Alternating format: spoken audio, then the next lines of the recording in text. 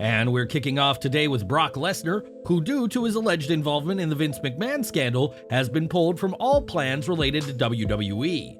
Lesnar was pulled from the Men's Royal Rumble match and is currently not factored into any creative plans, and now WWE has gone even further to distance themselves from the Beast. In the WWE Then, Now, Forever Together intro package, Lesnar has been removed and the former Universal Champion has been replaced by L.A. Knight. With Lesnar merch being moved to the discount section on WWEshop.com, the company clearly wants no part of Lesnar, and expect that to be the case for as long as this lawsuit is active. At WrestleMania 40, Cody Rhodes will challenge undisputed WWE Universal Champion Roman Reigns, as Triple H made clear on SmackDown, but as always, the card is subject to change. Dave Meltzer reports that there are different people with different ideas regarding the show's main event, and added that despite the chaos, this situation isn't a mess until it hurts WWE business-wise. Meltzer alluded to the possibility of a tag team match pitting Cody Rhodes and Seth Rollins against The Rock and Roman Reigns, and there's rumors of a Rhodes-Rock-Reigns triple threat for April. Right now, though, it doesn't appear that we'll get The Rock versus Roman Reigns one-on-one at WrestleMania, and what do you think the main event should be in Philly? Let us know below. After the chaos of the WrestleMania 40 kickoff press conference, The Rock had a tense face-off with Triple H, and the game had some jibes regarding the Great One during this week's SmackDown. Triple H will not give in to The Rock and Roman Reigns' demands, and this intensity between the two sides has led some to speculate on a singles match between The Rock and the Game. On Wrestling Observer Radio, though, Dave Meltzer made clear that The Rock versus Triple H is not going to happen, with Triple H's pacemaker making it clear he's done in the ring as a pro wrestler. Triple H retired in 2022 after suffering a cardiac event the previous year, and while one more showdown with the Great One would be epic, it's simply not in the cards. It's been nearly 5 months since Jade Cargill signed with WWE, and after she appeared on Raw, SmackDown, and WWE NXT, there's been a lot of buzz as to what show she'll be exclusive to. It was originally planned that Jade would be on Raw, but PW Insider Elite now reports that she'll be transitioning to SmackDown in the lead-up to WrestleMania 40. Cargill had her first match with WWE at the Royal Rumble, but fans won't have to wait long to see the former AEW TBS champion back in action. In an Elimination Chamber preview post, WWE accidentally revealed the combatants in the upcoming women's match, which has already seen Becky Lynch and Bianca Belair qualify. Fans can expect Cargill, Naomi, Liv Morgan, and Tiffany Stratton to join the pair in Optus Stadium, and time will tell who leaves Australia with a shot at the Women's World title at WrestleMania 40. We've got some concerning news from Maryse now, who recently shared that she'd been dealing with severe abdominal issues, including swelling and distension, as well as fatigue. After undergoing extensive testing, Maryse was informed that she did not have endometriosis disease as initially suspected, but she was diagnosed with serous borderline tumors. This is a rare pre-cancerous condition that affects the ovaries, and if left untreated, there is a survival rate of just 1 year if it progressed to cancer. Maryse expressed her gratitude towards Dr. Thais Aliabadi, an OBGYN in Los Angeles, who played a crucial role in her diagnosis and treatment.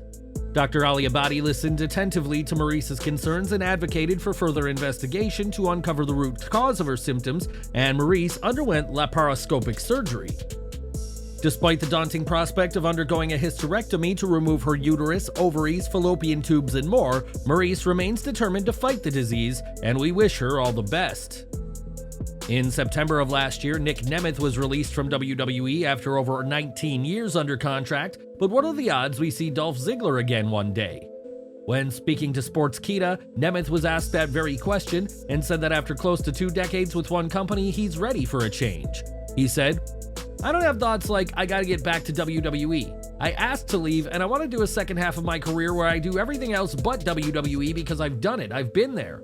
I want to see what I can do on my own. It's like a Twilight Zone episode where the guy's at like the top of a company, and he's got all the gold in the world. He goes, I want to go back in time and I want to redo it and do it all again from day one. Put all the hard work in and prove to everyone that I can do this again." We're all gonna find out here, am I all show no go? Am I a phony that's been sitting around? No, I'm gonna steal the show every damn night. Nemeth is already keeping himself busy thanks to his role with TNA Wrestling, where he's vowed to become world champion, as well as appearances for New Japan as well. We all know to never say never in wrestling, and perhaps the show-off will return to WWE one day, but for now, Nick Nemeth, not Dolph Ziggler, is ready to take the wrestling world by storm. On last week's episode of SmackDown, Cody Rhodes stepped aside for The Rock and said he wouldn't be facing Roman Reigns at WrestleMania 40 in a moment that fans loathed. The fan backlash and "We Want Cody" movement was so immense that WWE has since corrected themselves, and it wasn't just the fans who had a less than positive take on the segment. Reflecting on his 6 Feet Under podcast, The Undertaker said Cody's promo was great and that he was invested, but when Cody said "not at WrestleMania," the Phenom's heart sunk. The Undertaker said he knew then what was about to happen, but it's not clear if he meant he knew of The Rock's return or the massive backlash that would erupt from the fans. Later on, Undertaker again praised Cody's promo, saying he did it like a champ and was very professional, and this is high praise coming from one of WWE's all-time greats. Thankfully, WWE has saved itself from more backlash by putting Cody back on the hunt for Roman Reigns' title, but we can't count out more twists and turns on the road to Philadelphia. In 2019, Ashley Massaro took her own life, and in a statement at the time, WWE expressed their sadness for her death, but denied any knowledge of Massaro's allegations of misconduct. Massaro had alleged in an affidavit that she was sexually assaulted during a WWE tour of a U.S. military base in Kuwait, and claimed to the end that WWE pressured her to keep quiet.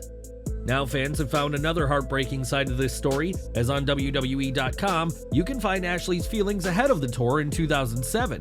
She said, "Anything can happen going over to the Middle East, but my company takes care of me, and I trust them. I have full faith that I'll come back exactly the way I left, if not a little better in the heart." This statement is certainly heartbreaking considering what allegedly happened not long after Ashley said this, and John Laurinaitis recently denied covering up the assault allegations. With that said, Laurinaitis added that WWE higher-ups were aware of the incident, and a previously unreleased statement by Ashley shared this week claims Vince McMahon preyed on female WWE stars. Ashley says that she was one of those McMahon preyed on, and we will have to see whether more names will be brought to justice in the future. Ashley isn't the only name who was allegedly preyed upon by Vince McMahon, as in the 80s, Rita Chatterton claimed that McMahon raped her in a limousine shortly before her release as a referee. Chatterton was paid a multi-million-dollar sum to her in 2023 following McMahon's return to WWE, though Vince has continued to deny he did anything to her. Bret Hart was active in the WWF when the Chatterton allegations were first made, and in an interview with Slate, the Hitman expressed regret over not believing her at the time.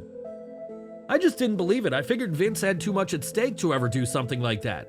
I apologized from the bottom of my heart, and I said, I believe that what happened to you, and I apologize, I was wrong." Bret said in the same interview that he's lost all respect for McMahon, and we'll continue to follow the McMahon scandal that has rocked the professional wrestling world. Bruce Prichard is another name who's been attached to McMahon for some time, and this week, the WWE executive was asked for his take on what the former chairman allegedly did. During his Something to Wrestle podcast, Prichard was asked but made clear he couldn't and wouldn't talk about an ongoing investigation, stating, "As far as lawsuits and things of that nature, I'm not at liberty to discuss any legal matters of the company whatsoever. To that, there is nothing I can say. There can't be a response from the legal standpoint. You can ask until you're blue in the face, and that's going to be your answer. Let the rest of it sit in the hands of the fine legal system we have here in the United States of America." Prichard emphasized that he wasn't involved, being sued, or accused of anything in the lawsuit, and regarding discussing the lawsuit on his podcast, he said, "No one told me not to do anything on the podcast other than the simple fact that I work for a company that's involved in a lawsuit right now. I can't comment. Folks, if you work in a large company and your large company is being sued, there's very little you can say about it. If you do, that's a good way for you to lose your job. This is an ongoing situation which everyone involved should take very seriously, and it's likely in everyone's best interest that one of WWE's top figures backstage doesn't discuss this ongoing case." And during the January 15th episode of Raw, Seth Rollins retained his World Heavyweight Championship against Jinder Mahal, but he'd also suffer an injury that threatened to derail some huge plans. Thankfully, Rollins' injury won't keep him from WrestleMania 40, or at least that's what things look like right now, and Rollins proved to be quite the doctor himself the moment he got hurt. As he explained to Fightful's Sean Ross Sapp, Rollins didn't think it was the dreaded ACL injury when it happened, and his prognosis of an MCL tear proved to be correct. He said, I didn't think it was a torn ACL at the moment in the match, but you never know. I do have experience with knee injuries, but I kept telling all the doctors, I'm not a doctor, but I think it's this.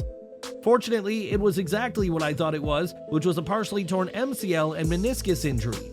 I think the meniscus injury that showed up on the MRI was an old one, just a lot of wear and tear because I've had trouble with my left knee for many years, but never got it scanned. I was panicking, to be honest. I was panicking because I've done this road before where I had to miss WrestleMania due to an injury. I almost missed WrestleMania due to an injury, and I didn't want to let people down. I've been carrying this title, calling myself the workhorse for a long time. I wanted this title to be there and being able to defend it on the biggest WrestleMania of all time. Rollins is grateful that this wasn't an ACL tear, as that injury led to Seth vacating the WWE World Heavyweight title in late 2015 and would force him to miss WrestleMania 32 the following year. Instead, Rollins will defend his title against the winner of the men's 2024 Elimination Chamber match, and we're continuing to send the Architect our very best. Because of his injury, Seth Rollins won't be wrestling for the time being, and neither will his nemesis CM Punk, as a torn triceps injury has robbed Punk of a WrestleMania main event. When Rollins poked fun at Punk's injury, a fan argued out that Seth has missed a considerable amount of time himself due to getting hurt, which led to the Architect calling out Roman Reigns. In his defense, Rollins says that he's taken less time off for injuries in the last 12 years than the other champ, in reference to Reigns, has taken off for vacation in the last 2 years. Rollins has been very vocal about his issue with the part-time champion, and he and Cody Rhodes had a confrontation with Roman and The Rock at the WrestleMania 40 kickoff press conference. Seth's title reign had, until this injury, seen regular title defenses, unlike the Tribal Chief, and even when he's on the injured list, Rollins still has a bone to pick with Roman Reigns. When WWE made their September 2023 releases, Mustafa Ali and Matt Riddle were two of the most shocking names cut, given that they were regulars on TV at the time. Since being released, the pair made names for themselves outside WWE, and recently, both men captured their first titles in this new chapter of their careers. Ali's win came at Dreamwave Pro Wrestling and saw him win their Alternative Championship, and given he never won a title in WWE, this title win has been a long time coming. Ali will look to add more gold to his trophy cabinet this month when he challenges TNA X Division champion Chris Sabin at No Surrender 2024. For Riddle, he's won Combat One Wrestling's One World Championship at their most recent event, and the King of Combat's first title defense will be against Austin Aries on April 11th. It's great to see both men win titles, as their wins aren't just big for them, but a reminder to released wrestlers that being released from WWE doesn't have to be the end.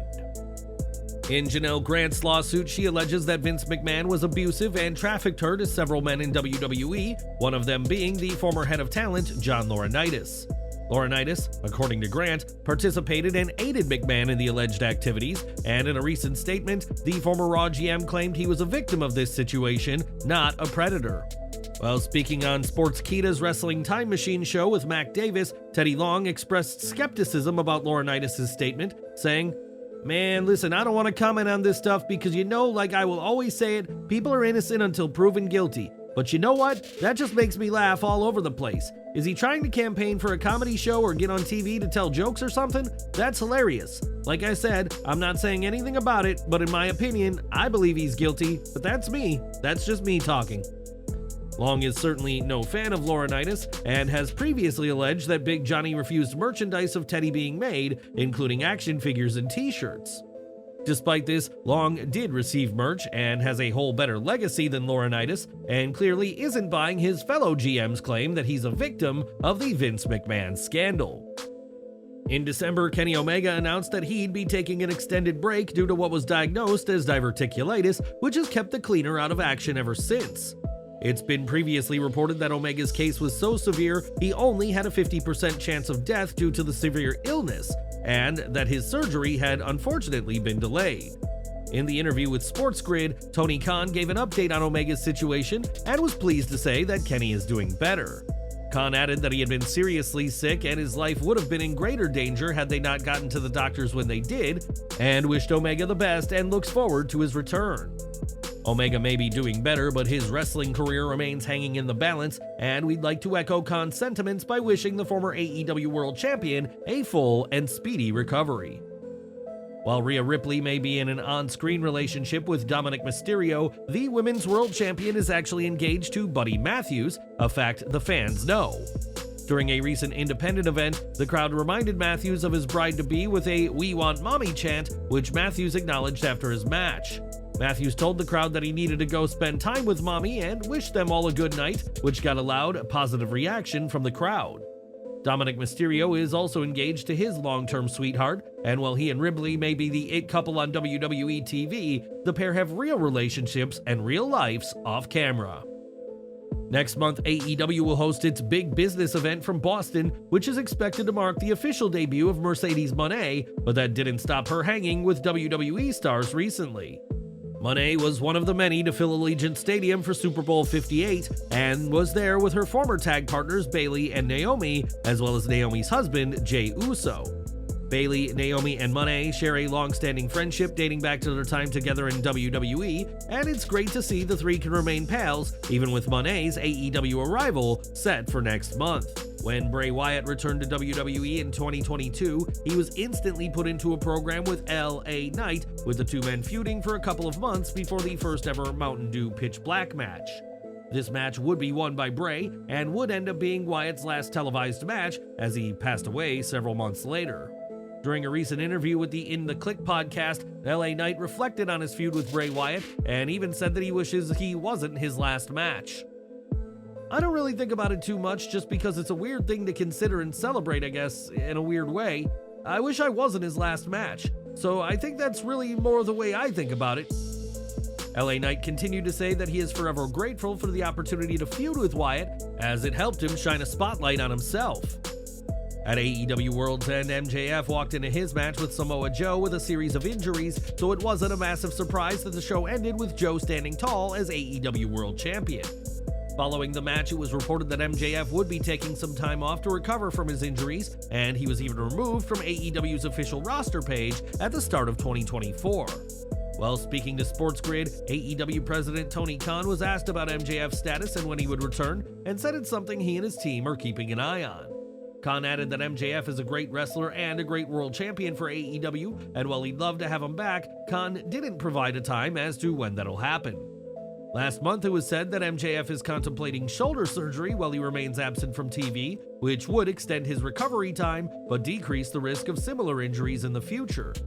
MJF can keep himself busy with a new film project during his hiatus, but when it comes to wrestling, we'll have to wait and see what will become of MJF in the end. Now, 2022 and 2023 were not easy years for AEW, with injuries, suspensions, and other issues plaguing the company, but Tony Khan is looking to get back on track in 2024. With a certain best-in-the-world wrestler gone, AEW has recently seen a boost in morale, and that's just the start of things according to the AEW president, who told Sports Grid, "I think right now is the best AEW has been. In Q1 2024 going into Revolution, it's an exciting time for the wrestling business. There are a lot of crazy things happening, and it's a really important time in wrestling for a variety of reasons. Some things outside of wrestling that are bigger than wrestling, but for us, we're doing the best wrestling we've ever done in AEW right now." AEW's next big event will be Revolution 2024, which will feature Sting's final match, and then there's the big business show and the expected arrival of Mercedes Mone. Tony Khan may be talking up his company, but it's hard to ignore the regular images of throngs of empty seats at AEW events, or WWE consistently beating them in the war for ratings. Nevertheless, this is the best AEW has ever been, at least according to Khan, and is this an attitude you share? Let us know in the comments down below. When not diving off Hell in a Cell or tearing his quad at WrestleMania, Shane McMahon has been raising his three sons, one of whom has taken a huge step in sports outside the family business. On Twitter, Shane shared some photos across time of himself and his son Kenyon McMahon after the latter committed to play football with the North Carolina Tar Heels team. Kenyon isn't the only McMahon in the game, as Declan McMahon plays college football for Indiana University and has even teased teaming with his brothers in WWE in the past. Whether a match featuring Kenyon and Declan ever happens, time will tell, but right now, both McMahons are committed to their prospective futures in football.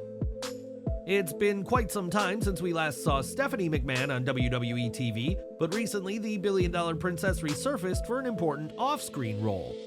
Stephanie and Triple H were recently spotted meeting up with key members of the Catch a Lift Fund, which is a non-profit organization that specializes in rehabilitating injured veterans. It's great to see the pair meeting with a non-profit organization that does a ton of great work and give a speech at a dinner, as this will clearly mean a ton to those that Catch a Lift helps. Over to New Japan, as the company hosted its New Beginning in Osaka event yesterday, and despite the name, the show marked the end of Kazuchika Okada's time with the company. In his final New Japan match, Okada ended his career with the promotion on a high with a win over Hiroshi Tanahashi, and the two men shared an embrace after the match. Okada would end the show with a bow to the lion mark in the center of the ring, and it'll be exciting to see where's next for Okada in his wrestling journey. We have some joyous news to report, as Sonya Deville and Tony Cassano recently got married in a heartwarming and star-studded ceremony in the Legacy Castle in New Jersey. Deville said "I do" to her new wife in front of several names from wrestling, including Charlotte Flair, Bianca Belair, Montez Ford, Andrade, Matt Cardona, Chelsea Green, Mandy Rose, and Bayley. The ceremony was officiated by Maria Menounos, an entertainment personality, WWE fan, and longtime friend of Deville, and when speaking to People, Deville called Tony her ride or die. Cassano, a fitness model, has been by Deville's side throughout her torn ACL injury, providing a ton of support, and we'd like to send our best to the happy brides at this incredibly special time. And we're ending with AEW Collision, as Mark Briscoe faced Brody King this week, and despite the efforts of both men, it was Julia Hart who proved the difference maker by causing a distraction. This distraction resulted in King shoving Briscoe through a table, but the action didn't stop once King got the win, as post-match, Hart rammed a huge nail into the head of Briscoe. Mark was laid in a pool of his own blood to end this segment, and this was a shocking scene that will have plenty of fallout in the weeks to come.